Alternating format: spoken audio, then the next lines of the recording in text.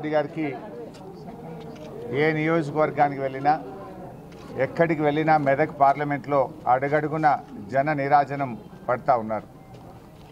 ముఖ్యంగా వెంకట్రామరెడ్డి గారికి వస్తున్నటువంటి ఆదరణ చూసి ఓర్వలేక ఇక్కడ విపక్షాలకు చెందిన నాయకులు ముఖ్యంగా బీజేపీ అభ్యర్థి వెంకట్రామరెడ్డి గారి పైన దుష్ప్రచారం చేస్తూ ఉన్నారు.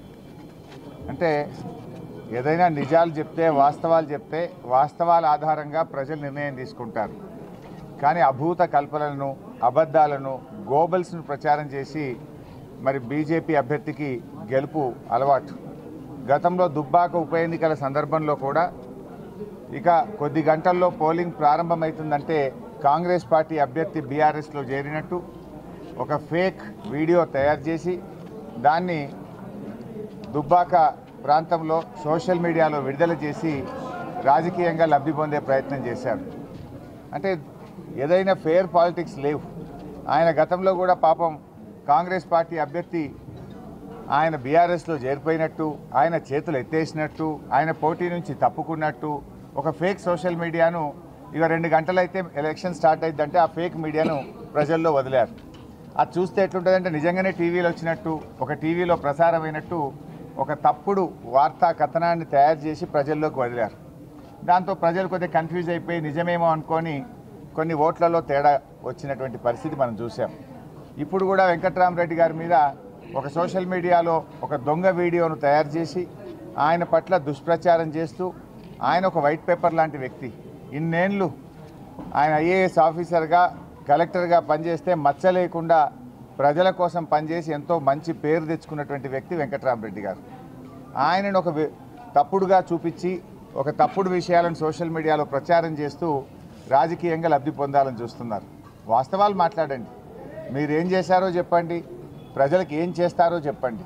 వెంకట్రామరెడ్డి గారు ఉన్నత అధికారిగా విద్యావంతుడిగా ప్రజలకు సేవ చేయాలని కేసీఆర్ గారి కోరిక మేరకు ఆయన ఎన్నికల్లో పోటీ చేస్తూ ఉన్నారు. అందరిలాగా డబ్బులు సంపాదించుకోవాలని ఆయన రాజకీయాల్లోకి రావడం లే. తన కుటుంబ ఆస్తిని ప్రజలకు వివిధ సంక్షేమ కార్యక్రమాల్లో వివిధ అభివృద్ధి కార్యక్రమాల్లో స్వంత డబ్బును వెచ్చించడానికి ముందుకు వస్తున్నటువంటి వ్యక్తి. అందరికీ ఆయనకున్న తేడా ఏంటంటే అందరేమో ఆస్తులు సంపాదించుకోవాలని వస్తే తన ఆస్తులను ప్రజలకు పంచడానికి ముందుకు వస్తున్న వ్యక్తి వెంకట్రామరెడ్డి గారు.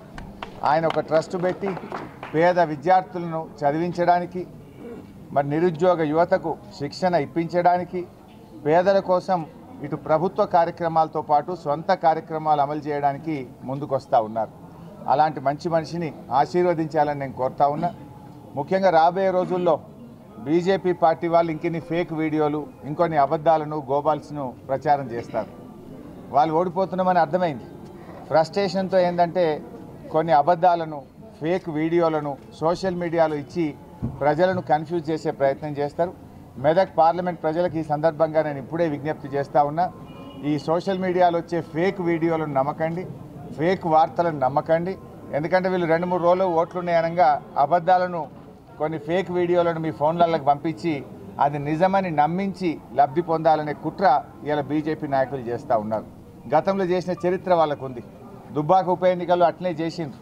ఇప్పుడు కూడా అట్లాంటి తప్పుడు వీడియోలను సోషల్ మీడియాలో ప్రచారం చేసి అబద్ధాలను చెప్పి ప్రజలను కన్ఫ్యూజ్ చేసి రాజకీయంగా లబ్ధి పొందాలనే ప్రయత్నం చేస్తారు.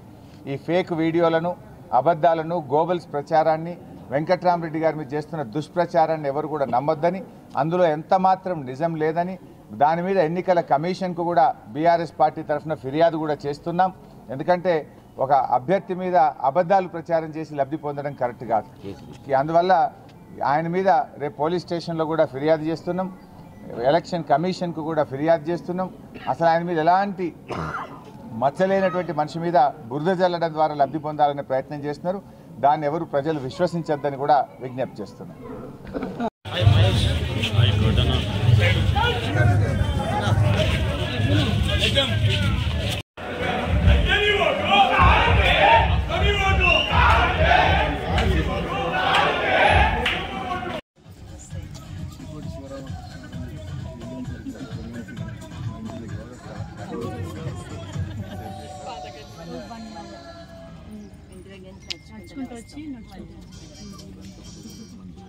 ఒకరోజు జిమ్ సైడ్ ఒకరోజు ఇటు సైడ్ వెళ్ళేవాళ్ళం.